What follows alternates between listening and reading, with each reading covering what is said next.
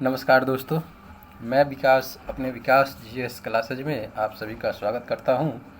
आज बीपीएससी 67वीं प्रारंभिक परीक्षा मॉडल प्रैक्टिस सेट का अध्ययन करेंगे। आइए वर्ग की शुभारंभ करने की घोषणा करते हैं।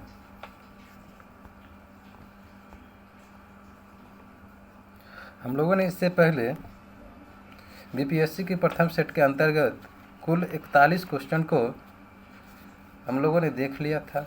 आज हम लोग 42वें क्वेश्चन से आगे देखेंगे। चलिए शुरू करते हैं प्रश्न नंबर 42 के साथ। प्रश्न नंबर 42 है, केंद्रीय नियोजन प्रणाली में उत्पादन के साधनों का स्वामित्व, संचालन, प्रबंधन और नियंत्रण किसके द्वारा होता है? ऑप्शन नंबर ए है बाजार द्वारा, बी केंद्रीय बैंक, सी केंद्रीय इकाई, डी नियोजन संगठन और ई उपयुक्त में से कोई नहीं या एक से अधिक।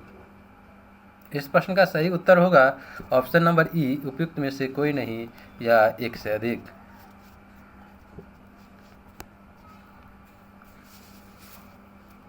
समाजवादी अर्थव्यवस्था इसके अंदर देखें तो समाजवादी अर्थव्यवस्था में केंद्रीकृत नियोजन प्रणाली अपनाई जाती है। किसमें? तो वह है समाजवादी अर्थव्यवस्था में केंद्रीकृत नियोजन प्रणाली अपनाई जाती है, जिसमें समस्त आर्थिक गतिविधियों पर सरकार या राज्य या केंद्रीय इकाई द्वारा संपालित किया जाता है। यानी सरकार का रहता है, सरकार का उस पर रहता है किस पर? तो समाजवादी अर्थव्यवस्था में केंद्रीकृत नियोजन प्रणाली को अपनाया जाता है। सबसे पहले यहाँ देखिए तो केंद्रीकृत नियोजन प्रणाली किस में अपनाया जाता है? तो समाजवादी अर्थव्यवस्था में, जिसके अंतर देखा जाए तो जितने भी आर्थिक क्रियाएं होती है उसमें क्या होती है? सरकार या राज्य की या सरकार की या केंद्रीय इकाई द्वारा संपादित की जाती है सभी आर्थिक क्रियाओं को।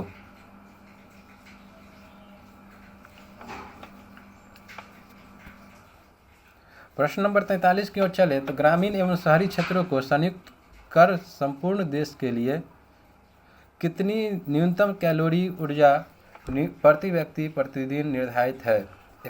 Option number A 2100 calorie, B 2400 calorie, C 2250 calorie, D 2200 calorie, E उपयुक्त में से कोई नहीं या एक से अधिक। इस प्रश्न का सही उत्तर होगा option number C 2250 calorie. 2250 calorie यानी कि ग्रामीण एवं शहरी क्षेत्रों को संयुक्त कर यानी कि दोनों को जोड़ करके संपूर्ण देश के लिए कितनी न्यूनतम है? तो वह है 2250 कैलोरी व्यक्ति प्रतिदिन। गरीबी रेखा को परिभाषित करते हुए विशेषज्ञ दल के द्वारा यानी गरीबी रेखा को परिभाषित करते हुए विशेषज्ञ दल ने दैनिक भोजन से ग्रामीण क्षेत्रों के लिए कितना कहा? तो ये है 2400। ये है ग्रामीण क्षेत्रों के लिए।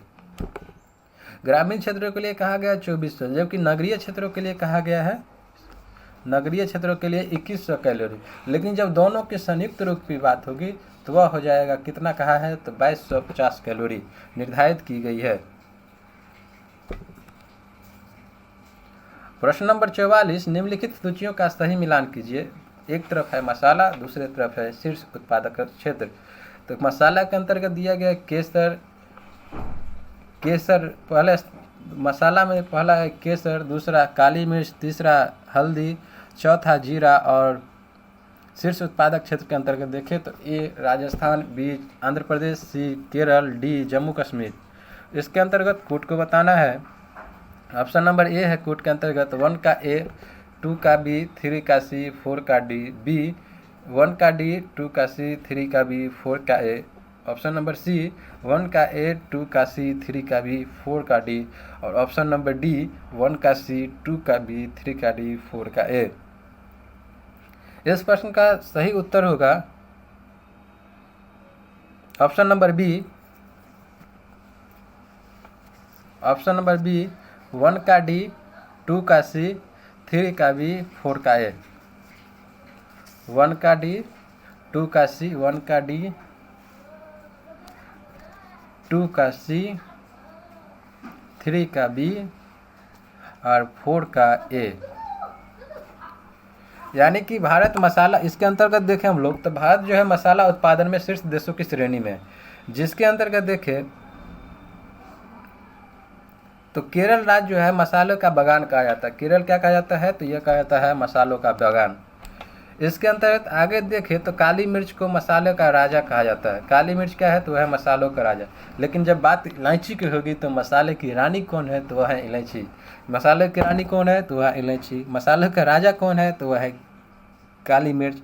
और मसालों का बागान किसे कहा जाता है? तो वह कहा जाता है केरल को। यह हम लोगों ने दोनों को मिलान किया है। तो शीर्ष उत्पादक क्षेत्र के अनुसार तो केरल जो है, केसर जो है सबसे ज़्यादा जम्मू कश्मीर में, काली मिर्च केरल में, हल्दी आंध्र प्रदेश में और जीरा राजस्थान में। केसर सर्वाधिक मात्रा में जम्मू कश्मीर, काली मिर्च केरल, हल्दी आंध्र प्रदेश और जीरा राजस्थान में पाया जाता है। प्रश्न नंबर 45, किस कीमत को किसान के लिए बीमा कीमत की संज्ञा दी जाती है? यानी बीमा कीमत। मंडी कीमत, सामान्य कीमत, न्यूनतम समर्थन मूल्य, वसूली खरीद मूल्य, ई उपयुक्त में से कोई नहीं या एक से अधिक। इस प्रश्न का सही उत्तर होगा ऑप्शन नंबर सी, न्यूनतम समर्थन मूल्य। न्यूनतम समर्थन मूल्य यानी कि न्यूनतम समर्थन मूल्य को न्यूनतम एमएसपी, न्यूनतम समर्थन मूल्य को किसानों के लिए बीमा कीमत की संज्ञा दी जाती है। न्यूनतम समर्थन मूल्य कृषि उत्पादों के लिए एक प्रकार की क्या है? तो एक प्रकार की बीमा है। बीमा कीमत होती है कृषि लागत एवं मूल्य आयोग द्वारा। किसके द्वारा? तो कृषि लागत एवं मूल्य आयोग द्वारा वर्ष में 2 बार, खरीफ और रबी। वर्ष में कितनी बार? तो वर्ष में 2 बार न्यूनतम समर्थन मूल्य के निर्धारण किया जाता है। कितने बार? तो वर्ष में 2 बार। किसके द्वारा?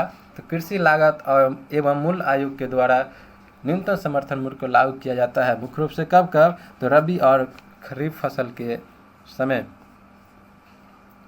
राष्ट्रीय कृषि तथा ग्रामीण विकास बैंक नाबार्ड की स्थापना किस समिति की अनुशंसा पर की गई?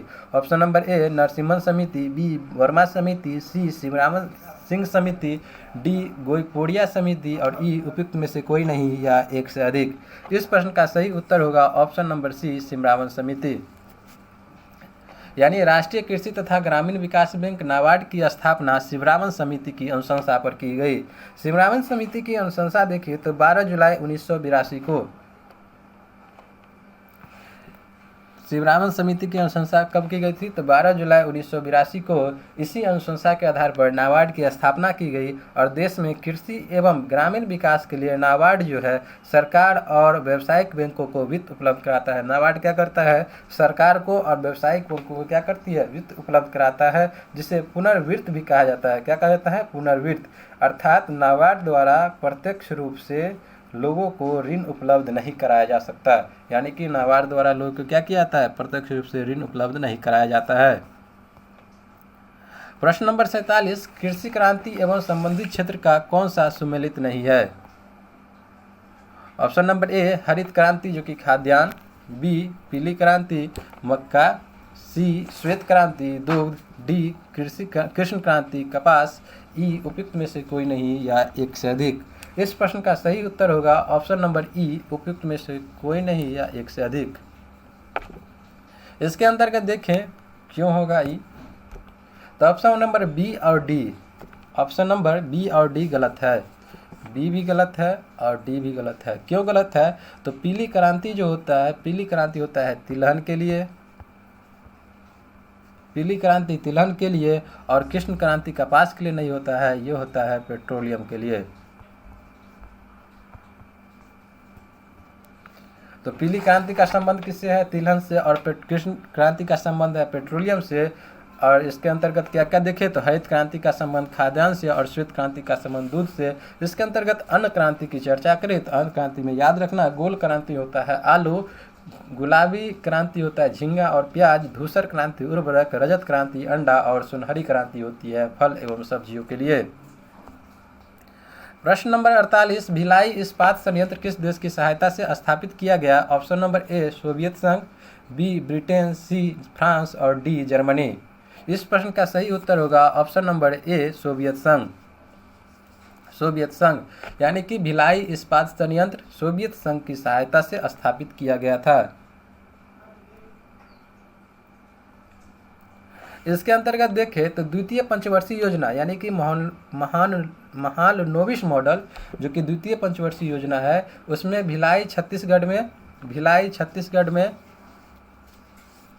इस्पात संयंत्र किसकी सहायता से खोला गया था? तो वह खोला गया था सोवियत संघ रूस की सहायता से। दूसरा देखें तो दुर्गापुर पश्चिम बंगाल में ब्रिटेन की सहायता से कहाँ? तो पश्चिम बंगाल जो कि दुर्गापुर जो है पश्चिम बंगाल में, वहाँ पर किसकी सहायता से खोला गया? तो वह खोला गया ब्रिटेन की सहायता से।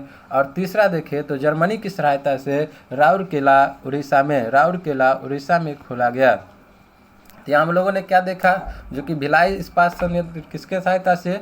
तो सोवियत संघ। दूसरा हम लोगों ने देखा ब्रिटेन की सहायता से कहाँ खोला गया? तो वह खोला गया दुर्गापुर में, जो कि पश्चिम बंगाल में है। और तीसरा हम लोगों ने देखा जर्मनी की सहायता से राउरकेला उड़ीसा में इस्पात संयंत्र स्थापित किया गया। कब? तो द्वितीय पंचवर्षीय योजना के संबंध। प्रश्न नंबर 49, निम्नलिखित में से मुद्रा का निकट प्रतिस्थापन या सन्निकट मुद्रा कौन है? शेयर, बॉन्ड, सरकारी प्रतिभूतियां या ऋण पत्र। ई उपयुक्त में से कोई नहीं या एक से अधिक। इस प्रश्न का सही उत्तर होगा ऑप्शन नंबर ई, उपयुक्त में से कोई नहीं या एक से अधिक। इसके अंतर्गत देखें तो बॉन्ड, सरकारी प्रतिभूतियां और ऋण पत्र। बॉन्ड, सरकारी प्रतिभूतियां और ऋण पत्र जो होती है वह बैंकों की कुल जमा राशियां, कंपनियों के शेयर इत्यादि। इसके अंतर्गत क्या क्या देखें हम लोग? तो बॉन्ड, सरकारी प्रतिभूति, ऋण पत्र और उसके बाद बैंकों की कुल जमा राशियाँ होती है जो है वो कंपनियों के शेयर इत्यादि मूल्य का संचय करते हैं। क्या करती हैं? ये सब मूल्य के संचय करते हैं, इसलिए मुद्रा का निकट प्रतिस्थापन करते हैं। इसलिए ये सब क्या है? तो मुद्रा का निकट प्रतिस्थापन करते हैं और इसलिए इन्हें सन्निकट मुद्रा कहते हैं। यानी बॉन्ड, सरकारी प्रतिभूतियाँ, ऋण पत्र, ये सब क्या करती है? मूल्य का संचय करते हैं ये सब। और इसलिए ये जो है मुद्रा, सरकारी प्रतिभूतियाँ और बॉन्ड, सरकारी प्रतिभूतियाँ और ऋण पत्र जो होती है ये मूल्य क्या करती है? संचय करती है। इसलिए इन सभी को क्या कहा जाता है? तो मुद्रा का निकट प्रतिस्थापन कहा जाता है। इसलिए इन्हें एक नाम और दिया गया है, सन्निकट। प्रश्न नंबर 50, यदि एक दी हुई समयावधि में कीमतें तथा मौद्रिक आय दोनों दोगुनी हो जाए तो वास्तविक आय पर क्या प्रभाव पड़ेगा? बढ़ जाएगा, घट जाएगा, अपरिवर्तित रहेगा, पहले बढ़ेगा फिर घटेगा। ई उपयुक्त में से कोई नहीं या एक से अधिक।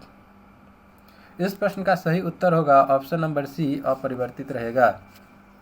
यानी कि यदि एक दी हुई समयावधि में कीमतें तथा मौद्रिक आय दोनों दोगुनी हो जाए, कीमत और मौद्रिक आय दोनों दोगुनी हो जाए तो वास्तविक आय क्या होगा? वह अपरिवर्तित रहेगा। वास्तविक आय का जो संबंध होता है वास्तविक क्रय शक्ति की गणना से होता है। वास्तविक आय का संबंध किससे होता है? तो वास्तविक क्रय शक्ति की गणना से होता है। और कीमत और मौद्रिक आय में अगर समान अनुपात में वृद्धि होगी, किस में? तो कीमत और मौद्रिक आय में यदि समान अनुपात से वृद्धि होगी तो इससे क्रय शक्ति पर कोई प्रभाव भी नहीं पड़ेगा और इस कारण वास्तविक आय क्या होगी? तो वह अपरिवर्तित रहेगी। प्रश्न नंबर 51, आर्थिक सर्वेक्षण 2020-21 के अनुसार देश के किस राज्य में सबसे अधिक गरीबी दर है? Option number A Bihar, B Odisha, C Jharkhand, D Chhattisgarh और ई उपयुक्त में से कोई नहीं या एक से अधिक। इस प्रश्न का सही उत्तर होगा ऑप्शन नंबर डी छत्तीसगढ़। यानी कि आर्थिक सर्वेक्षण 2020-21 के अनुसार देश के छत्तीसगढ़ राज्य में सबसे अधिक गरीबी दर है। किस राज्य में सबसे अधिक गरीबी दर है? वह है छत्तीसगढ़। और सबसे अधिक गरीबी की बात करें तो सबसे अधिक गरीबी है बिहार में। और गरीबी दर की बात किया गया है तो वह है छत्तीसगढ़।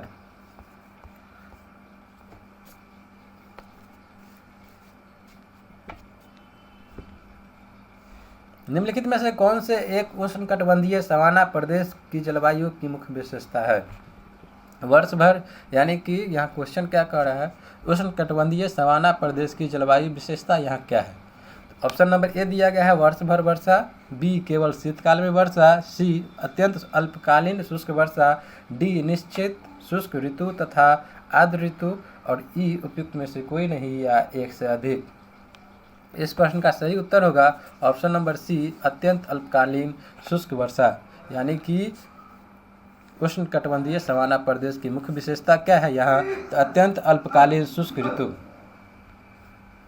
उष्णकटिबंधीय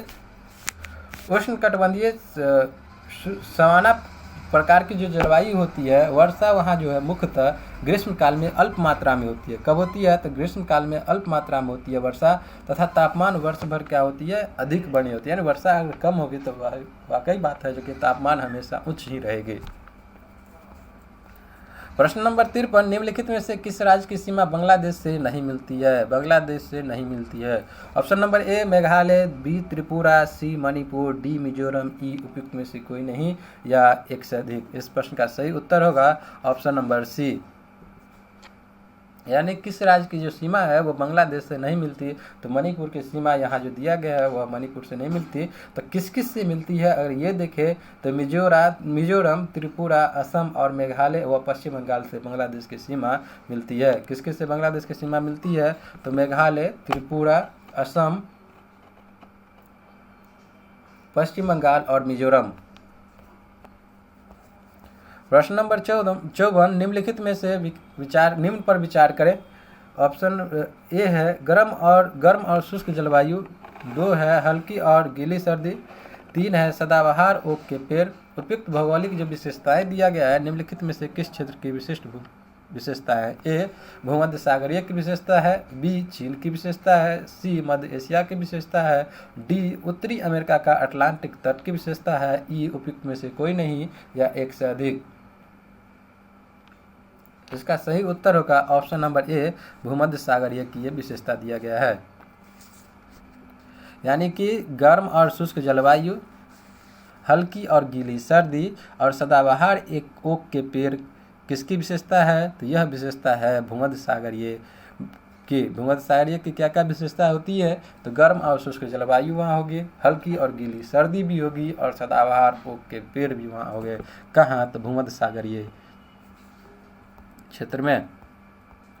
प्रश्न नंबर 55, निम्नलिखित में से कौन एक सही सुमेलित नहीं है? ऑप्शन नंबर ए है दिया हुआ कथन में।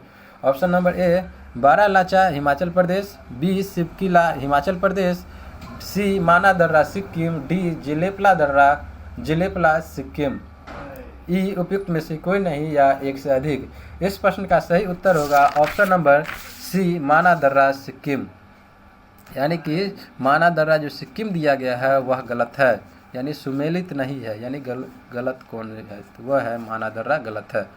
इसके अंतर्गत देखें तो मानसरोवर और कैलाश जाने का जो रास्ता है इसी दर्रा से कर जाता है। माना दर्रा, लमलंग दर्रा, बुलिंग दर्रा और थांगला दर्रा जो है उत्तराखंड में। तो माना दर्रा कहाँ है? तो वह है उत्तराखंड में।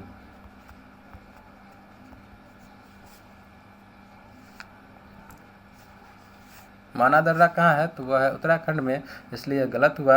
यानी बारालाचा दर्रा कहाँ है? तो हिमाचल प्रदेश। सिपकिला दर्रा कहाँ है? तो हिमाचल प्रदेश। माना दर्रा कहाँ है? तो वह है उत्तराखंड। जिलेपला दर्रा कहाँ है? तो वह है सिक्किम। और उत्तराखंड की अन्य दर्रा की बात करें तो वह हो गई, वहाँ और देखा जाए तो कौन कौन सी दर्रा स्थित है उत्तराखंड में? तो माना दर्रा, लमलंग दर्रा, मुलिंग दर्रा, थांगला दर्रा।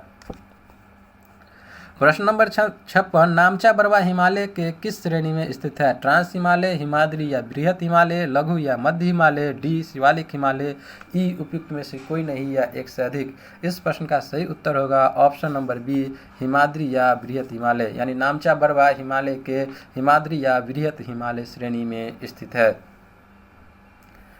तो यह हिमालय जो है सबसे ऊंची श्रेणी है।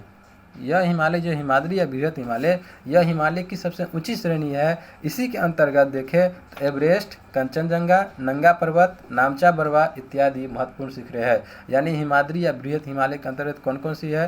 तो एवरेस्ट भी आता है, कंचनजंगा भी आता है, नंगा पर्वत भी आता है और उसके बाद देखें तो नामचा बरवा भी इसी हिमाद्री या बृहत हिमालय श्रेणी के अंतर्गत आती है। प्रश्न नंबर 57, पटना के समीप गंगा नदी के किस दिशा से आकर गंडक नदी मिलती है? पूरब, पश्चिम, उत्तर, दक्षिण। उपयुक्त में से कोई नहीं या ये होगी पूरब या एक से अधिक। इस प्रश्न का सही उत्तर होगा ऑप्शन नंबर सी उत्तर। यानी पटना के समीप गंगा नदी में उत्तर दिशा से आकर गंडक नदी मिलती है। किस दिशा से? तो उसका उत्तर होगा उत्तर दिशा से आकर गंडक नदी मिलती है। बिहार में इसके अंतर्गत देखें तो बिहार में गंगा में उत्तर दिशा से कौन कौन सी नदी आती है? तो वह नदी है घाघरा, गंडक, बूढ़ी गंडक और बागमती तथा कोसी। उत्तर दिशा से कौन कौन नदी मिलती है बिहार में गंगा में? तो वह है घाघरा, गंडक, बूढ़ी गंडक और बागमती तथा कोसी। और दक्षिण से कौन कौन नदी मिलती है गंडक बिहार में गंगा में? तो दक्षिण दिशा से मिलती है सोन, पुनपुन, फल्गु इत्यादि। दक्षिण से सोन, पुनपुन, फल्गु इत्यादि। इस प्रकार इस प्रश्न का सही उत्तर हुआ जो कि गंडक जो है उत्तर दिशा से आकर बिहार में गंगा में मिलती है।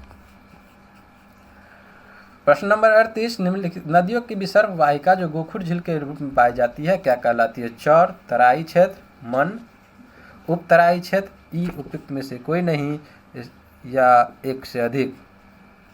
इस प्रश्न का सही उत्तर होगा ऑप्शन नंबर सी, यानी नदियों की विसर्ग वाहिकाएं जो गोखुर झील के रूप में पाई जाती है वह मन कहलाती है। इसके अंतर्गत देखें तो कुछ मन का जानना चाहे तो वह मन के नाम देखें तो कुछ प्रसिद्ध मन है ओटरिया मन, राघोपुर मन, पिपरा मन। कौन कौन से मन है? ओटरिया मन, राघोपुर मन, पिपरा मन। यानी नदियों की विसर्ग वाहिकाएं जो गोखुर झील के रूप में किस रूप में? जो गोखुर झील के रूप में पाई जाती है वह मन कहलाती है। प्रश्न नंबर 59, बिहार में टाल क्षेत्र का विस्तार कहाँ से कहाँ तक? टाल क्षेत्र पटना से मोकामा तक, भागलपुर से पूर्णिया तक, पटना से हाजीपुर तक, समस्तीपुर से दरभंगा तक, ई उपयुक्त में से कोई नहीं या एक से अधिक। इस प्रश्न का सही उत्तर होगा ऑप्शन नंबर ए, पटना से मोकामा तक। पटना से मोकामा तक। बिहार में टाल क्षेत्र का विस्तार कहाँ से कहाँ तक? तो पटना से मोकामा तक।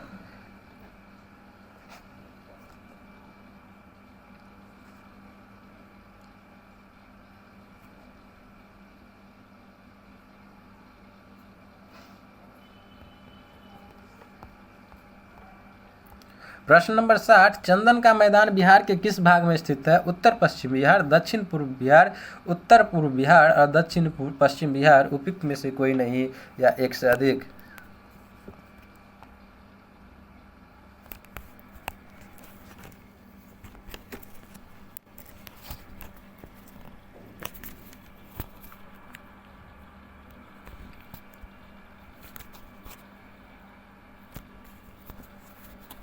चंदन का मैदान बिहार के किस भाग में स्थित है? इस प्रश्न का सही उत्तर होगा ऑप्शन नंबर बी, दक्षिण पूर्व बिहार। दक्षिण पूर्व बिहार, यानी चंदन का मैदान बिहार के दक्षिण पूर्व बिहार भाग में स्थित है। दक्षिण पूर्व बिहार भाग में स्थित है। यह मैदानी भाग दक्षिण बिहार के मैदान के पूर्व में स्थित है, यानी दक्षिण बिहार के मैदान के पूर्व में स्थित है। इसके अंतर्गत बांका और भागलपुर के जिला आते हैं। कौन कौन से जिला इसके अंदर आते हैं? तो वह है बांका और भागलपुर।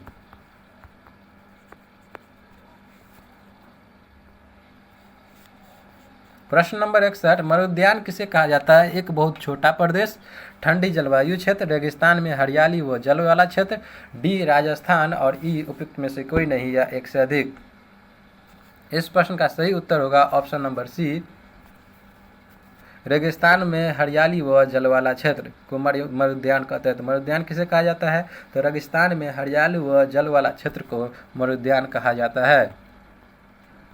प्रश्न नंबर 62, दामोदर घाटी निगम की स्थापना कब हुई? 7 जुलाई 1946, 10 जुलाई 1947, 7 जुलाई 1948, 10 जुलाई 1949। ई उपयुक्त में से कोई नहीं या एक से अधिक। इस प्रश्न का सही उत्तर होगा ऑप्शन नंबर सी, 7 जुलाई 1948। 7 जुलाई 1948 को दामोदर घाटी निगम की स्थापना हुई थी। दामोदर घाटी निगम की स्थापना दामोदर घाटी अधिनियम 1948 की धारा 12 के तहत वर्ष 1948 में ही किया गया। यानी दामोदर घाटी अधिनियम 1948 की धारा 12 के तहत वर्ष 1948 में ही दामोदर घाटी निगम की स्थापना की गई। यह जो है दामोदर घाटी निगम की स्थापना यह क्या थी, यह एक बहुउद्देशीय नदी घाटी परियोजना है। क्या है, तो यह एक बहुउद्देशीय नदी घाटी परियोजना है। इससे झारखंड और पश्चिम बंगाल के बाढ़ प्रभावित क्षेत्रों में बाढ़ पर नियंत्रण मिलती है। तो इससे दामोदर घाटी निगम परियोजना जो बनाया गया, इससे यह पहला क्या है, तो यह एक बहुउद्देशीय परियोजना है। उसके अंतर्गत इसका स्थापना कब हुआ, तो 1948 में ही 7 जुलाई 1948 को स्थापना हुई। इसके अंतर्गत एक बात और देखिए तो झारखंड और पश्चिम बंगाल के बाढ़ प्रभावित क्षेत्र में बाढ़ नियंत्रण से मदद मिलती है। निम्नांकित घास के मैदानों में कौन सा सम्मिलित है, कैम्पोज उत्तरी ब्राजील, बी पंपास चिली, सी लानोज वेनेजुएला, डी सेल्वास दक्षिण ब्राजील, ई उपयुक्त में से कोई नहीं या एक से अधिक। जिसमें सही सम्मिलित कौन है, सही सम्मिलित यहाँ बताना है कौन है। तो इस प्रश्न का सही उत्तर होगा option number C, Llanos Venezuela में सही है। लानोज का विस्तार की बात करें तो वह वेनेजुएला में है, जबकि कैम्पास जो है वह दक्षिण ब्राजील में, पंपास अर्जेंटीना में। कैम्पास कहाँ है, तो वह है दक्षिण ब्राजील, पंपास अर्जेंटीना। तथा सेल्वास की बात करें तो वह है अमेजन क्षेत्र में विस्तृत है।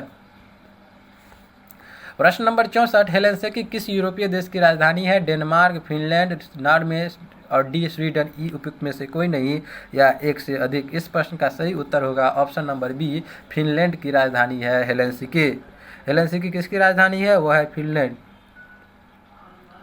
उसके बाद बात करें कोपेनहेगन जो है वह डेनमार्क की राजधानी है। डेनमार्क की राजधानी कहाँ है, तो वह है कोपेनहेगन।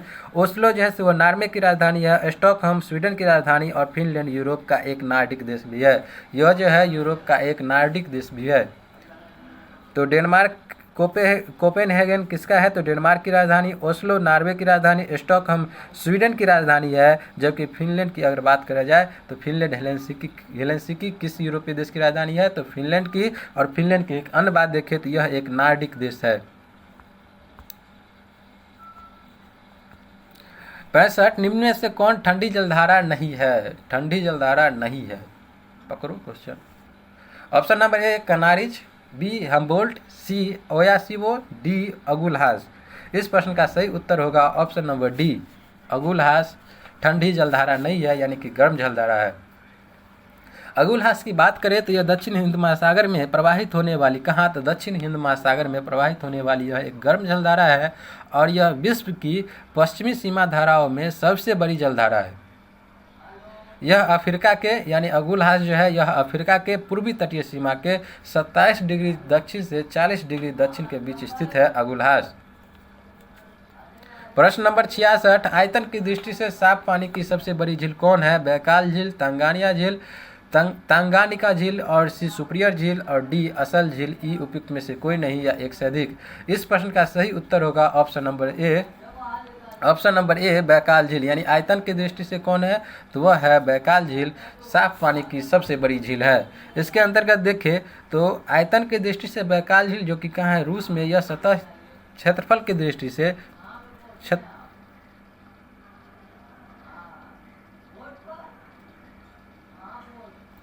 बैकाल झील आयतन की दृष्टि से सबसे बड़ी झील है जो कि रूस में है। जबकि अगर बात करें क्षेत्रफल की दृष्टि से कौन बड़ा है, तो क्षेत्रफल की दृष्टि से सुपीरियर झील जो कि अमेरिका और कनाडा के मध्य स्थित है, जो कि साफ पानी की एक सबसे बड़ी झील है। जबकि खारे पानी की सबसे बड़ी झील कौन सी है, तो वह है कैस्पियन झील। प्रश्न नंबर 67, टोरस जलमंडली मध्य किन दो द्वीपों के मध्य स्थित है। ऑप्शन नंबर ए ऑस्ट्रेलिया एवं पापुआ न्यू गिनी के मध्य, ऑस्ट्रेलिया एवं तस्मानिया के मध्य, उत्तरी एवं दक्षिणी न्यूजीलैंड के मध्य, डी इंडोनेशिया एवं मलेशिया के मध्य, ई उपयुक्त में से कोई नहीं या एक से अधिक। इस प्रश्न का सही उत्तर होगा ऑप्शन नंबर ए ऑस्ट्रेलिया एवं पापुआ न्यू गिनी के मध्य टोरस जलमंडली मध्य किन दो द्वीपों के मध्य स्थित है, तो ऑस्ट्रेलिया एवं पापुआ न्यू गिनी के मध्य स्थित है।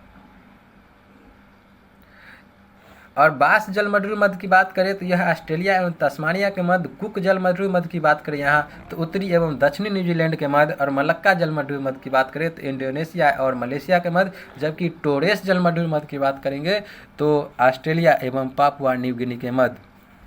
प्रश्न नंबर 68, वर्तमान में हीरे का सर्वाधिक उत्पादन किस देश में किया जाता है, दक्षिण अफ्रीका, ऑस्ट्रेलिया, रूस, बोत्सवाना, ई उपयुक्त में से कोई नहीं या एक से अधिक। इस प्रश्न का सही उत्तर होगा ऑप्शन नंबर सी रूस, यानी वर्तमान समय में हीरे का सर्वाधिक उत्पादन रूस में किया जाता है। दूसरे स्थान पर बोत्सवाना में है, बोत्सवाना दूसरे स्थान पर, पहले स्थान पर रूस, दूसरे स्थान पर बोत्सवाना, जबकि तीसरे स्थान पर बात करें तो कांगो गणराज्य, चौथे स्थान पर दक्षिण अफ्रीका और पांचवें स्थान की बात करें तो वह है ऑस्ट्रेलिया। तो क्रम में याद करें तो क्रम में रखें तो पहले स्थान पर कौन है तो वह है रूस, दूसरे स्थान पर कौन है तो वह है बोत्सवाना, जबकि तीसरे स्थान पर बात करें तो कांगो गणराज्य, चौथे स्थान पर है अफ्रीका और पांचवें स्थान पर है ऑस्ट्रेलिया हीरे के उत्पादन में। अगर राज्य की बात करें भारत के अंदर सर्वाधिक कहाँ पर भंडारण है हीरे का तो वह है मध्य प्रदेश में। प्रश्न नंबर 69, किसी भी देश के घरेलू सीमा में निम्नलिखित में से किस को शामिल नहीं किया जाता? देश की समस्त राजनीतिक सीमा को, देश के निवासियों द्वारा दो या दो से अधिक देशों के बीच चलाए जाने वाली वायुयान या जलयान को, सी देश के विदेशों में स्थित दूतावास, डी देश में स्थित अंतर्राष्ट्रीय संस्थानों के कार्यकाल, ई उपयुक्त में से कोई नहीं या एक से अधिक। इस प्रश्न का सही उत्तर होगा ऑप्शन नंबर डी। किसको शामिल नहीं किया जाता है तो ऑप्शन नंबर डी यानी देश में स्थित अंतर्राष्ट्रीय संस्थानों के कार्यालय को शामिल नहीं किया जाता है। तो इसमें शामिल किस किस को किया जाता है? घरेलू सीमा में किस किस को शामिल किया जाता है तो देश की समस्त राजनीतिक सीमा को शामिल किया जाता है, देश के निवासियों द्वारा दो या दो से अधिक देशों के बीच चलाए जाने वाली वायुयान या जलयान को, सी है देश के विदेशों में स्थित दूतावास को। प्रश्न नंबर 70, दिसंबर 2020 में जारी भारत में तेंदुओं की स्थिति 2018 रिपोर्ट के अनुसार भारत के किस राज्य में तेंदुओं की संख्या सर्वाधिक है? Option number A Tamil Nadu, B Karnataka, C Maharashtra, D Madhya Pradesh, E उपयुक्त में से कोई नहीं या एक से अधिक। इस प्रश्न का सही उत्तर होगा ऑप्शन नंबर डी मध्य प्रदेश। यानी दिसंबर 2020 में जो जारी किया गया भारत में तेंदुओं की स्थिति 2018 के अनुसार भारत में सबसे ज़्यादा मध्य प्रदेश में तेंदुओं की संख्या है। इसके अंतर्गत देखें तो सर्वाधिक संख्या के अनुसार के तो मध्य प्रदेश में पहले स्थान पर, कर्नाटक दूसरे स्थान पर और महाराष्ट्र तीसरे और तमिलनाडु चौथे स्थान पर रहे। प्रश्न नंबर 71, भारत के किस शहर में एशिया का पहला राष्ट्रीय डॉल्फिन अनुसंधान केंद्र स्थापित किया जा रहा है? वाराणसी, पटना, भागलपुर और कानपुर। इस प्रश्न का सही उत्तर होगा ऑप्शन नंबर बी पटना में। भारत और एशिया का पहला राष्ट्रीय डॉल्फिन अनुसंधान केंद्र बिहार राज्य के पटना विश्वविद्यालय परिसर में गंगा नदी के तट पर स्थापित किया जाएगा 2022 तक। संस्कृति मंत्रालय ने हर साल सुभाष चंद्र बोस की जयंती को किस दिवस के रूप में मनाने की घोषणा की है? तो वह 23 जनवरी को इनकी जयंती है और उसे पराक्रम दिवस के रूप में मनाया जाएगा। प्रश्न नंबर 73, यूएन रिपोर्ट 2021 के अनुसार विश्व के विभिन्न देशों में रह रहे प्रवासी भारतीयों की संख्या किस देश में सर्वाधिक है? Option number A America, B सऊदी अरब, सी संयुक्त अरब अमीरात, डी इंग्लैंड और ई उपयुक्त में से कोई नहीं या एक से अधिक। इस प्रश्न का सही उत्तर होगा ऑप्शन नंबर सी। तो यूएन रिपोर्ट 2021 के अनुसार विश्व के विभिन्न देशों में रह रहे प्रवासी भारतीयों की संख्या में संयुक्त अरब अमीरात में सबसे अधिक भारतीय हैं। दूसरे स्थान पर अमेरिका, तीसरे स्थान पर सऊदी अरब है। एलन मस्क के द्वारा स्थापित कंपनी स्पेस एक्स ने कितने उपग्रहों को एक साथ प्रक्षेपण कर नया कीर्तिमान स्थापित किया? 133, 125, 135 और 143। इस प्रश्न का सही उत्तर होगा ऑप्शन नंबर डी 143। यानी एलन मस्क एक व्यक्ति का नाम है, इनकी कंपनी है। एलन मस्क का जो कंपनी है स्पेस एक्स, एलन मस्क की जो कंपनी है स्पेस एक्स ने 143 उपग्रहों का एक साथ प्रक्षेपण कर नया कीर्तिमान स्थापित किया है, जिसके अंतर्गत 133 वाणिज्यिक यानी कि सरकारी उपग्रह थे। प्रश्न नंबर 75, व्यक्तिगत रूप से लगातार 2 ओलंपिक खेलों में पदक जीतने वाली भारत की पहली महिला खिलाड़ी हाल ही में कौन बनी? साक्षी मलिक, पीवी संधू, साइना नेहवाल और मैरी कॉम। इस प्रश्न का सही उत्तर होगा option number B PV Sindhu. इन्होंने लगातार 2 बार, जो कि रियो ओलंपिक हुआ था, रियो में जो हुआ था उसमें 2016 में रजत पदक जीता और टोक्यो 2020 में जो ओलंपिक हुआ उसमें भी इन्होंने कांस्य पदक जीता। कौन? तो पीवी संधू। तो व्यक्तिगत रूप से लगातार 2 ओलंपिक खेलों में पदक जीतने वाली भारत की पहली महिला खिलाड़ी बनी है पीवी सिंधु। अगले प्रश्न देखें तो नीति आयोग के दूसरे इनोवेशन इंडेक्स नवाचार सूचकांक 2020 में बड़े राज्यों की श्रेणी में पहला स्थान किस राज्य ने प्राप्त किया? महाराष्ट्र, कर्नाटक, तमिलनाडु, केरल या उपयुक्त में से कोई नहीं या एक से अधिक? इस प्रश्न का सही उत्तर होगा ऑप्शन नंबर बी, कर्नाटक। तो नीति आयोग के दूसरे नवाचार सूचकांक 2020 में बड़े राज्यों की श्रेणी में पहला स्थान कर्नाटक ने प्राप्त किया। इसके अंतर्गत देखें तो बड़े राज्यों की श्रेणी में कर्नाटक पहले स्थान पर, दूसरे स्थान पर महाराष्ट्र, जबकि तीसरे स्थान पर तमिलनाडु और केंद्रशासित प्रदेशों की बात करें तो पहले स्थान पर रहा दिल्ली और दूसरे स्थान पर चंडीगढ़। लेकिन पूर्वोत्तर और प्रभारी राज्यों की बात करें तो इसमें रहा हिमाचल प्रदेश पहले स्थान पर, दूसरे स्थान पर उत्तराखंड और तीसरे स्थान पर मणिपुर। तो बड़े राज्यों की श्रेणी में कौन कौन देखें तो वह था कर्नाटक। बड़े राज्यों की श्रेणी में कौन कौन रहा? कर्नाटक पहले स्थान पर, महाराष्ट्र दूसरे स्थान पर, तीसरे स्थान पर तमिलनाडु। लेकिन बड़े राज्यों की श्रेणी में देखें तो सबसे अंतिम स्थान पर कौन रहा? तो वह था बिहार, जो कि 17वां स्थान पर। ईपिक का विस्तारित नाम क्या है? Option number A, electronic emergency private identity card, B, electronic electoral photo identity card, C, electronic ensign privacy identity card, D, electronic entrance photo identity card. इस प्रश्न का सही उत्तर होगा option number B, electronic electoral photo identity card. Option number B, EPIC का full form क्या है? तो electronic electoral photo identity card. इसके अंतर्गत देखें तो यह क्या है? तो मतदाता का ईपिक जो है यह मतदाता पहचान पत्र का एक डिजिटल रूप है। इसे कब प्रकाशित किया गया, इसकी शुरुआत कब हुई थी? तो वह हुई थी मतदाता दिवस। मतदाता दिवस मनाया कब जाता है? तो वह मनाया जाता है 25 जनवरी को। तो 25 जनवरी 2021 को मतदाता दिवस के शुभ अवसर पर केंद्रीय मंत्री रविशंकर प्रसाद के द्वारा इसकी शुरुआत किया गया था। और वर्ष 2021 के मतदाता दिवस की थीम की बात करें तो मतदाता बने सशक्त, सतर्क, सुरक्षित और जागरूक।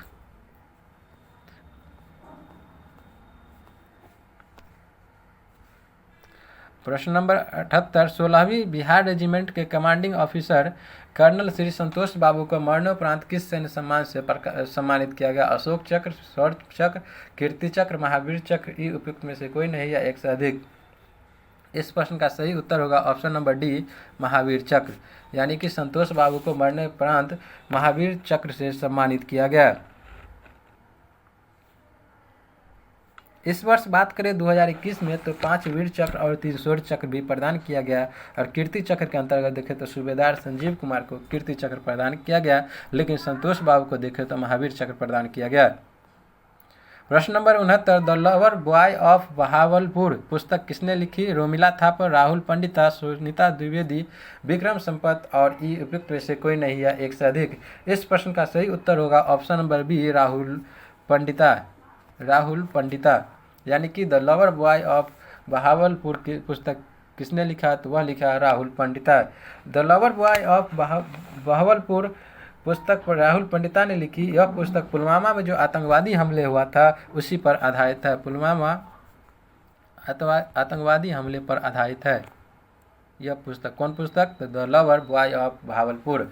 प्रश्न नंबर 80 को देखें तो 66वें फिल्म फेयर पुरस्कार 2021 के सर्वश्रेष्ठ फिल्म पुरस्कार किस फिल्म को मिला? अंग्रेजी मीडियम, छिछोरे, मणिकर्णिका और थप्पड़। इस प्रश्न का सही उत्तर होगा ऑप्शन नंबर डी। 66वें फिल्म फेयर पुरस्कार 2021 के सर्वश्रेष्ठ फिल्म पुरस्कार थप्पड़ फिल्म को मिला। सर्वश्रेष्ठ फिल्म पुरस्कार किसको मिला? तो वह फिल्म का नाम है थप्पड़। के अंतर्गत देखें तो थप्पड़ के निर्देशक कौन थे? यानी थप्पड़ जो फिल्म है इसके निर्देशक की बात करें तो इसके निर्देशक थे अनुभव सिन्हा इनके निर्देशक है थप्पड़ फिल्म के। जबकि सर्वश्रेष्ठ अभिनेता की बात करें तो इरफान खान अंग्रेजी मीडियम फिल्म के जो अभिनेता थे इरफान खान, उन्हें सर्वश्रेष्ठ अभिनेता के रूप में चुना गया। सर्वश्रेष्ठ अभिनेत्री की बात करें तो वह है तापसी पन्नू, जो कि थप्पड़ फिल्म के ही थे। तापसी पन्नू जिसे कि सर्वश्रेष्ठ अभिनेत्री का पुरस्कार मिला। और सर्वश्रेष्ठ निर्देशक का किसे मिला? तो ओम राउत को, जो कि तानाजी फिल्म के थे। तानाजी फिल्म के जो सर्वश्रेष्ठ निर्देशक के रूप में चुना गया तानाजी फिल्म के निर्देशक ओम राउत को। तो थप्पड़ फिल्म को क्या मिला? तो सर्वश्रेष्ठ फिल्म पुरस्कार 66वें फिल्म फेयर पुरस्कार में। फिल्म के रूप में चुना गया थप्पड़ को। सर्वश्रेष्ठ अभिनेता कौन थे? तो वह थे इरफान खान। सर्वश्रेष्ठ अभिनेत्री कौन थी? तो वह थे तापसी पन्नू। सर्वश्रेष्ठ निर्देशक कौन थे? तो वह थे ओम राउत। हाल ही में भारत के 48वें मुख्य न्यायाधीश कौन बने हैं? अरविंद बोबड़े, अरुण मिश्रा, एन.बी. रमन्ना और डी. रंजन गोगोई। ई उपयुक्त में से कोई नहीं या एक से अधिक। इस प्रश्न का सही उत्तर होगा option number C, NB. Ramanna. यानी कि 48वें मुख्य न्यायाधीश कौन बने? तो एन.बी. रमन्ना। और 47वें कौन थे? तो वह थे अरविंद बोबड़े। एन.बी. रमन्ना का कार्यकाल कब से कब तक है? तो इनका कार्यकाल होगा 24 अप्रैल 2021 से लेकर के 26 अगस्त 2022 तक। कब से कब तक? तो 26 अगस्त 2022 तक एन.बी. रमन्ना। प्रश्न नंबर 82, अमृत महोत्सव के संदर्भ में निम्नलिखित कथनों पर विचार करके असत्य कथन को चुनिए, यानी गलत कथन को। ऑप्शन नंबर ए है, यह महोत्सव, कथन नंबर प्रथम, यह महोत्सव स्वतंत्रता के 75 वर्ष पूरे होने पर मनाया जाएगा। 2, इस महोत्सव का शुभारंभ प्रधानमंत्री नरेंद्र मोदी ने 12 मार्च 2021 को अहमदाबाद, गुजरात के साबरमती से किया। 3, देश के 6 स्थानों जम्मू, इम्फाल, पटना, भुवनेश्वर, पुणे और बेंगलुरु में वर्चुअल प्रदर्शनी का आयोजन हुआ। 4, इस महोत्सव के आयोजन के लिए प्रधानमंत्री की अध्यक्षता में एक व्यापक समिति का गठन किया गया, जिसमें देश के 259 हस्तियों को शामिल किया गया। ई उपयुक्त में से कोई नहीं या एक से अधिक। इस प्रश्न का सही उत्तर होगा ऑप्शन नंबर ई, यानी कि सभी कथन सही है। ऑप्शन नंबर क्या होगा? ई, यानी कि यहाँ जितने कथन है एक से अधिक कथन सही है। कौन कौन से यहाँ कथन देखें अमृत महोत्सव के संदर्भ में? तो अमृत महोत्सव, यह जो महोत्सव है, यह महोत्सव स्वतंत्रता के 75 वर्ष पूरे होने पर मनाया जाएगा। दूसरा, इस महोत्सव का शुभारंभ प्रधानमंत्री नरेंद्र मोदी ने 12 मार्च 2021 को अहमदाबाद, गुजरात के साबरमती आश्रम से किया। और देश के 6 स्थानों जम्मू, इम्फाल, पटना, भुवनेश्वर, पुणे, बेंगलुरु में वर्चुअल प्रदर्शनी का आयोजन हुआ। चौथा है, इस महोत्सव के आयोजन के लिए प्रधानमंत्री की अध्यक्षता में एक व्यापक समिति का गठन किया गया, जिसमें देश के 259 हस्तियों को भी शामिल किया गया। इस प्रकार इसमें जितने भी कथन थे वे सभी कथन सही थे। प्रश्न नंबर 83, Stockholm International Peace Research Institute SIPRI द्वारा जारी वर्ष 2021 वार्षिक रिपोर्ट के अनुसार हथियारों के खरीद आयात के मामले में विश्व का कौन सा स्थान रहा? विश्व का नहीं होगा, भारत का कौन सा स्थान रहा? क्वेश्चन यहाँ गलत है, यहाँ होगा भारत का कौन सा स्थान रहा।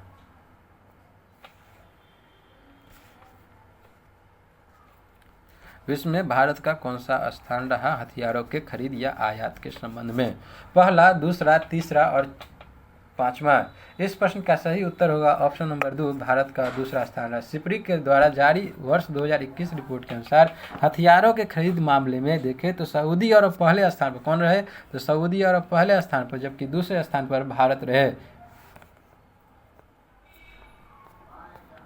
भारत के प्रधानमंत्री नरेंद्र मोदी और स्वीडन के प्रधानमंत्री के बीच 5 मार्च 2021 को आभासी शिखर वार्ता संपन्न हुई। स्वीडन के प्रधानमंत्री कौन थे? Stefan Lofven, Mark Rutte, Stefan Alexander, Jesse Klaver. E उपयुक्त में से कोई नहीं या एक से अधिक।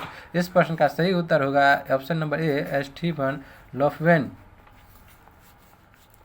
स्वीडन के प्रधानमंत्री कौन है? तो स्टीफन लोफवेन।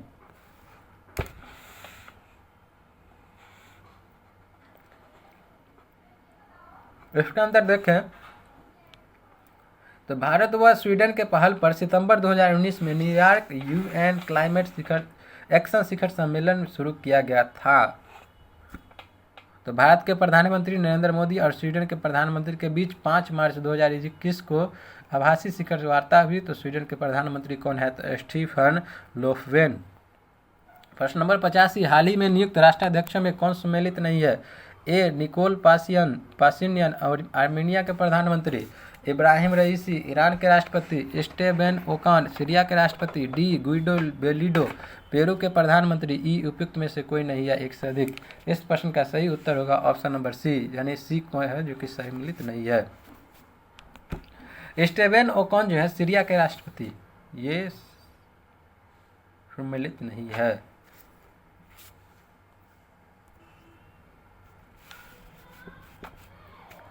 सीरिया में बीते दिनों कई सालों से क्या हो रहा है? तो संघर्ष जारी है। युद्धग्रस्त क्षेत्र में एक बार फिर से राष्ट्रपति बशर अल असद की चुनाव में जीते हुए वे चौथी बार राष्ट्रपति चुने गए हैं। सीरिया की राजधानी की बात करें तो सीरिया की राजधानी कहाँ है? तो दमिश्क। तो वहाँ सीरिया के राष्ट्रपति कौन बने हैं? तो इस प्रकार यहाँ जो गलत है, स्टेबिन ओकन नहीं बने हैं, वहाँ बने हैं बशर उल असद। बशर उल असद सीरिया के राष्ट्रपति कौन है? तो बशर उल असद। और वहाँ की सीरिया की राजधानी कहाँ है? तो वह है दमिश्क। सीरिया की राजधानी दमिश्क, दमिश्क या कहे या दमिश्क। सैयद मुश्ताक अली ट्रॉफी 2020-21 किसने जीता? बड़ौदा, तमिलनाडु, सौराष्ट्र, दिल्ली। उपयुक्त में से कोई नहीं या एक से अधिक? इस प्रश्न का सही उत्तर होगा option number B, Tamil Nadu. Tamil Nadu जीता है। सैयद मुश्ताक अली ट्रॉफी का संबंध किससे है? तो ये देखें, तो यह है क्रिकेट से। सैयद मुश्ताक अली ट्रॉफी 2020-21 जो आयोजित किया, तो इसका सैयद मुश्ताक अली संबंध किसका? क्रिकेट से। तमिलनाडु ने। प्रश्न नंबर 87, 16वां प्रवासी भारतीय दिवस 9 जनवरी 2021 को संपन्न हुआ। इस समारोह में मुख्य अतिथि कौन थे? ऑप्शन नंबर ए, कुराकाओ के प्रधानमंत्री यूजीन रघुनाथ, बी, मॉरिशस के प्रधानमंत्री श्री प्रविंद्र जगन्नाथ, सी, पुर्तगाल के प्रधानमंत्री डॉक्टर एंटोनियो कोल्टा, डी, सूरीनाम के राष्ट्रपति चंद्रिका प्रसाद संतोखी। ई उपयुक्त में से कोई नहीं या एक से अधिक? इस प्रश्न का सही उत्तर होगा ऑप्शन नंबर डी, सूरीनाम के राष्ट्रपति चंद्रिका प्रसाद संतोखी। यानी कि 16वां प्रवासी भारतीय दिवस समारोह 9 जनवरी 2021 को संपन्न हुआ। इस समारोह के मुख्य अतिथि कौन थे? तो सूरीनाम के राष्ट्रपति चंद्रिका प्रसाद संतोखी। चंद्रिका प्रसाद संतोखी जो कि सूरीनाम के राष्ट्रपति थे, वे मुख्य अतिथि के रूप में थे। इसके अंतर्गत देखें तो 16वां प्रवासी भारतीय दिवस 2021 के मुख्य अतिथि के रूप में कौन थे? तो सूरीनाम के राष्ट्रपति चंद्रिका प्रसाद संतोखी। प्रवासी भारतीय दिवस महात्मा गांधी के दक्षिण अफ्रीका से 9 जनवरी को वापस लौटने के उपलक्ष्य में मनाया जाता है। क्यों मनाया जाता है? तो 9 जनवरी को ही महात्मा गांधी दक्षिण अफ्रीका से वापस लौटे थे, इसलिए प्रवासी भारतीय दिवस मनाया जाता है 9 जनवरी को। यह जो दिवस मनाया जाता है प्रवासी भारतीय दिवस, यह 2 वर्ष के अंतराल में मनाया जाता है। इसका सम्मेलन क्या होता है? यानी इस समारोह का सम्मेलन कब होता है? तो प्रत्येक 2 वर्ष के अंतराल में।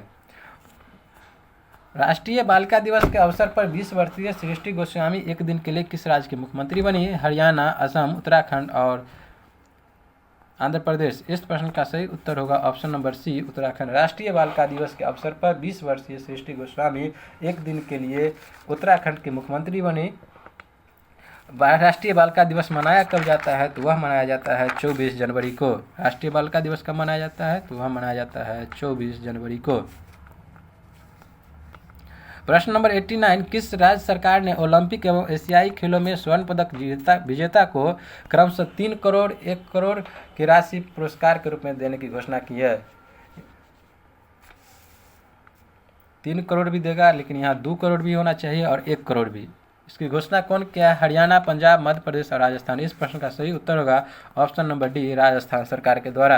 राजस्थान सरकार के द्वारा घोषणा किया गया है कि ओलंपिक में स्वर्ण पदक विजेता को, याद रखना, ओलंपिक में किसमें? ओलंपिक में स्वर्ण पदक जीत के आओगे तो 3 करोड़, रजत पदक जीत के आओगे तो 2 करोड़ देंगे और कांस्य पदक जीत के आओगे तो 1 करोड़। किस सरकार ने? तो राजस्थान सरकार ने कहा है यदि ओलंपिक में आप जीत के आते हैं गोल्डन मेडल, अगर कि आप स्वर्ण पदक जीत के आएंगे तो 3 करोड़ रुपया दिया जाएगा राज्य सरकार के द्वारा। अगर आप रजत पदक जीत के आते हैं तो 2 करोड़, कांस्य पदक जीत के आते हैं तो 1 करोड़। लेकिन राष्ट्रीय और एशियाई खेलों में अगर स्वर्ण पदक जीत के आते हैं तो 1 करोड़ रुपया वहाँ भी दिया जाएगा। किस सरकार के द्वारा कहा गया है? तो वह कहा गया है राजस्थान सरकार के द्वारा। प्रश्न नंबर 90, प्रतियोगिता परीक्षाओं की तैयारी करने वाले छात्रों के लिए निःशुल्क कोचिंग प्रदान करने के लिए अभ्युदय योजना, निःशुल्क कोचिंग प्रदान करने के लिए अभ्युदय योजना किस राज्य सरकार ने शुरू की है? इस प्रश्न का सही उत्तर होगा कौन सा? तो गुजरात, मध्य प्रदेश, उत्तर प्रदेश या बिहार। तो इस प्रश्न का सही उत्तर होगा उत्तर प्रदेश सरकार के द्वारा निःशुल्क कोचिंग प्रदान की गई है। किस लिए? तो प्रतियोगिता परीक्षाओं की तैयारी के लिए। इस योजना का क्या नाम है? तो अभ्युदय योजना।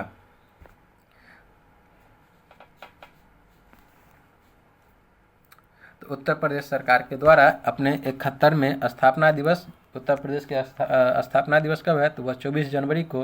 तो 24 जनवरी 2021 को उत्तर प्रदेश सरकार के द्वारा अपने स्थापना दिवस के शुभ अवसर पर एक योजना जिसका नाम है अभ्युदय योजना, इसके अंतर्गत ये कहा गया है जो कि प्रतियोगिता परीक्षाओं की तैयारी करने वाले छात्रों को निःशुल्क कोचिंग प्रदान किया जाएगा अभ्युदय योजना के तहत। प्रश्न नंबर 91, स्वतंत्र गणतंत्र दिवस के अवसर पर, कब? तो गणतंत्र दिवस के अवसर पर इस वर्ष यानी 2021 में कुल कितने पद्म पुरस्कार यानी कि पद्म भूषण, पद्म विभूषण और पद्मश्री प्रदान किए गए? 102, 109, 117 और 119। इस प्रश्न का सही उत्तर होगा option number D 119। Option number D 119। यानी कि गणतंत्र दिवस के अवसर पर इस वर्ष 2021 में कुल 119 पद्म अलंकरण यानी कि पद्म विभूषण, पद्म भूषण और पद्मश्री प्रदान किए गए, तो वह है 119, जिसमें पद्म पुरस्कार प्रदान किए गए, जिसमें कि 7 व्यक्तियों को पद्म विभूषण, 10 को पद्म भूषण और 102 हस्तियों को पद्मश्री। तो कितने कितने को? तो 7 को क्या मिला है? तो पद्म विभूषण, 10 को पद्म भूषण, 102 को पद्मश्री। क्वेश्चन नंबर 92 देखें, 30वां सरस्वती सम्मान 2020 से किसे सम्मानित किया गया? मोहन कृष्ण बोहरा, शरद परारे, डॉक्टर शरद कुमार लिम्बाले और डी वासुदेव मोही। इस प्रश्न का सही उत्तर होगा ऑप्शन नंबर सी शरद कुमार लिम्बाले को। शरद कुमार लिम्बाले। 30वां सरस्वती सम्मान 2020 से किसे सम्मानित किया गया? तो वह है डॉक्टर शरद कुमार लिम्बाले। के बिरला फाउंडेशन के द्वारा सरस्वती सम्मान दिया जाता है। सरस्वती सम्मान किसके द्वारा दिया जाता है? तो के बिरला फाउंडेशन के द्वारा। और वर्ष 30वां जो है सरस्वती सम्मान 2020 मराठी लेखक डॉक्टर शरद कुमार लिम्बाले को उनकी मराठी उपन्यास के लिए दिया गया, जबकि 29वां दिया गया था मोही को। किस लिए दिया गया था? तो उनकी कहानी संग्रह मोही, वासुदेव मोही को दिया गया था 2019 में। 29वां सरस्वती सम्मान मोही को उनके कहानी संग्रह चेकबुक के लिए। और प्रथम की बात करें तो हरिवंश राय बच्चन को पहला सरस्वती पुरस्कार दिया गया। हरिवंश राय की उनकी आत्मकथा 10 द्वार से सोपान तक के लिए। तो इस प्रकार 30वां सरस्वती सम्मान 2020 किसे सम्मानित किया गया? डॉक्टर शरद कुमार लिम्बाले को। प्रश्न नंबर 93, डेजर्ट फ्लैग 6 वायुसेना अभ्यास किस देश की मेजबानी में 3 से 27 मार्च 2021 को आयोजित किया गया? संयुक्त अरब अमीरात, सऊदी अरब, सी फ्रांस, डी पाकिस्तान। इस प्रश्न का सही उत्तर होगा ऑप्शन नंबर ए संयुक्त अरब अमीरात। यानी डेजर्ट फ्लैग 6 वायुसेना अभ्यास किस देश की मेजबानी में 3 से, तो किस देश की? तो संयुक्त अरब अमीरात की मेजबानी में 3 से 27 मार्च 2021 को आयोजित किया गया। क्या आयोजित किया? तो डेजर्ट फ्लैग 6 वायुसेना अभ्यास। इसके अंतर देखें तो भारत की जो वायुसेना है इस अभ्यास में किस में? तो डेजर्ट फ्लैग 6 वायुसेना अभ्यास में सबसे पहली बार, यानी क्या कहें तो पहली बार शामिल हुआ है। और इस वायुसेना अभ्यास में कौन कौन शामिल थे? तो वह था अमेरिका, फ्रांस, दक्षिण कोरिया, अरब और बहरीन भी शामिल थे। प्रश्न नंबर 94, भारत वन स्थिति रिपोर्ट 2019 के अनुसार सर्वाधिक वन क्षेत्र वाले राज्यों की स्थिति को अवरोही क्रम में सजाए। कर्नाटक, मध्य प्रदेश, छत्तीसगढ़, बी कर्नाटक, आंध्र प्रदेश, मध्य प्रदेश, सी छत्तीसगढ़, अरुणाचल प्रदेश, मध्य प्रदेश, डी मध्य प्रदेश, अरुणाचल प्रदेश, छत्तीसगढ़, ई उपयुक्त में से कोई नहीं है एक से अधिक। इस प्रश्न का सही उत्तर होगा ऑप्शन नंबर डी मध्य प्रदेश, अरुणाचल प्रदेश और छत्तीसगढ़। इसके अंतर्गत देखें तो सर्वाधिक वन स्थिति रिपोर्ट जो आया है 2019, इस वन स्थिति रिपोर्ट 2019 के अनुसार सर्वाधिक वन क्षेत्र वाले राज्यों के क्रम में देखें तो मध्य प्रदेश पहले स्थान पर, अरुणाचल प्रदेश दूसरे स्थान पर और छत्तीसगढ़ तीसरे स्थान पर। मध्य प्रदेश 77,000 के स्थान पहले स्थान, अरुणाचल प्रदेश 66,000 के साथ दूसरे स्थान और तीसरे स्थान पर छत्तीसगढ़ रहा 55,000 के स्थान। यह रिपोर्ट जो है भारतीय वन स्थिति रिपोर्ट 2019, यह रिपोर्ट 2 वर्ष के अंतराल पर भारतीय वन सर्वेक्षण के द्वारा जारी किया जाता है। किसके द्वारा भारतीय वन रिपोर्ट जारी किया जाता है? तो वह भारतीय वन सर्वेक्षण के द्वारा जारी किया जाता है प्रत्येक 2 वर्ष के अंतराल पर। तो मध्य प्रदेश पहले स्थान, अरुणाचल प्रदेश दूसरे और तीसरे स्थान पर छत्तीसगढ़ रहा। 95, आत्मनिर्भर बिहार के 7 निश्चय 2 के में कौन सी योजना शामिल नहीं है? युवा शक्ति, बिहार प्रगति, सशक्त महिला, सक्षम महिला, सी आरक्षित रोजगार, महिला का अधिकार, डी स्वच्छ बिहार, विकसित शहर। ई उपयुक्त में से कोई नहीं या एक से अधिक। इस प्रश्न का सही उत्तर होगा ऑप्शन नंबर सी आरक्षित रोजगार, महिला का अधिकार, महिलाओं का अधिकार। यह शामिल नहीं है। तो आत्मनिर्भर बिहार के 7 निश्चय पार्ट 2 में कौन सी योजना शामिल नहीं है? तो आरक्षित रोजगार, महिलाओं का अधिकार। इसके अंतर्गत क्या क्या शामिल है? तो याद रखना, युवा शक्ति, बिहार की प्रगति पहला, दूसरा सशक्त महिला, सक्षम महिला, तीसरा हर खेत तक सिंचाई का पानी पहुंचाना, चौथा स्वच्छ गांव समृद्ध गांव, पांचवा स्वच्छ शहर विकसित शहर, छठा सुलभ संपर्कता और सबसे अंतिम है 7वां नंबर सबके लिए अतिरिक्त स्वास्थ्य सुविधा। तो 7 निश्चय पार्ट 2 का क्या है? इसके अंतर्गत कौन कौन सी योजना शामिल की गई है? युवा शक्ति, बिहार की प्रगति, सशक्त महिला, सक्षम महिला, हर खेत तक सिंचाई का पानी पहुंचाना, स्वच्छ गांव समृद्ध गांव, स्वच्छ शहर विकसित शहर, सुलभ संपर्कता और सबसे अंतिम है सबके लिए अतिरिक्त स्वास्थ्य सुविधा। प्रश्न नंबर 96, बिहार बजट 2021-22 के अनुसार राज्य का राजकोषीय घाटा जीएसडीपी का कितना प्रतिशत रहा? Option number A 2.15%, B 2.25%, C 2.97%, D 2.43%, E उपयुक्त में से कोई नहीं या एक से अधिक। इस प्रश्न का सही उत्तर होगा ऑप्शन नंबर सी 2.97%। यानी बिहार बजट 2021-22 के अनुसार राज्य का राजकोषीय घाटा कितना रहा? तो 2.97%। राजकोषीय घाटा 2.97%। प्रश्न नंबर 97, बिहार के किस जिला में मेगा फूड पार्क बनाया जाएगा? पटना, भागलपुर, नालंदा, मुजफ्फरपुर, ई उपयुक्त में से कोई नहीं एक से अधिक। तो इस प्रश्न का सही उत्तर होगा Muzaffarpur. Option number D Muzaffarpur. Option number D Muzaffarpur. यानी कि बिहार में किस जिला में मेगा फूड पार्क बनाया जाएगा? तो मुजफ्फरपुर में कहाँ पर भी देखे तो मुजफ्फरपुर जिले के मोतीपुर में। तो केंद्र सरकार द्वारा भारत में कुल कितने? तो 42 मेगा फूड बनाए जा रहे हैं। कितने भारत में बनाए? तो 42, जिसमें कि बिहार के अंतर्गत मुजफ्फरपुर के मोतीपुर में मेगा फूड पार्क बनाया जाएगा, जिसमें कि लगभग 5000 लोगों को रोजगार की मिलेगा।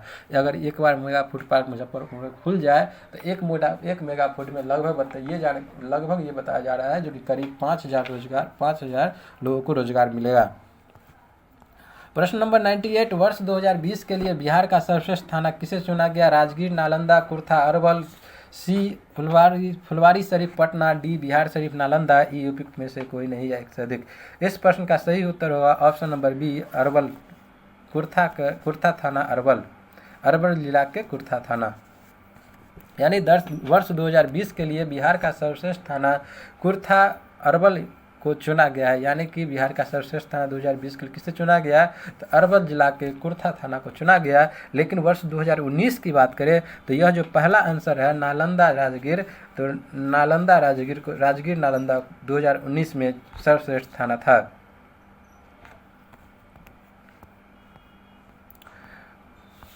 प्रश्न नंबर 99, 51वां अंतर्राष्ट्रीय फिल्म महोत्सव IFFI 2020 में फोकस राष्ट्र कौन था? भूटान, श्रीलंका, बांग्लादेश और जापान। इसमें फोकस राष्ट्र था ऑप्शन नंबर सी बांग्लादेश। 51वां अंतर्राष्ट्रीय फिल्म महोत्सव 2020 में फोकस राष्ट्र कौन था? फोकस राष्ट्र था बांग्लादेश। लेकिन ये आयोजित क्या किया गया था? भारत का 51वां अंतर्राष्ट्रीय फिल्म महोत्सव यह आयोजित किया गया था गोवा में।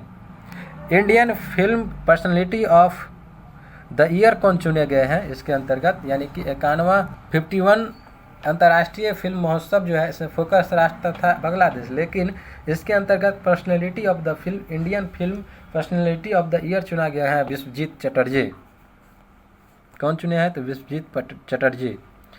प्रश्न नंबर 100, 2022 में 48वें G7 शिखर सम्मेलन किस देश में किया गया? फ्रांस, संयुक्त राज्य अमेरिका, C Germany, D United Kingdom, E उपयुक्त में से कोई नहीं या एक से अधिक। इस प्रश्न का सही उत्तर होगा option number C Germany. Option number C Germany. यानी कि 2022 में 48वें G7 शिखर सम्मेलन जर्मनी देश में किया जाएगा। इसके अंतर्गत देखें तो 2021 में यूनाइटेड किंगडम की अध्यक्षता में किया गया था।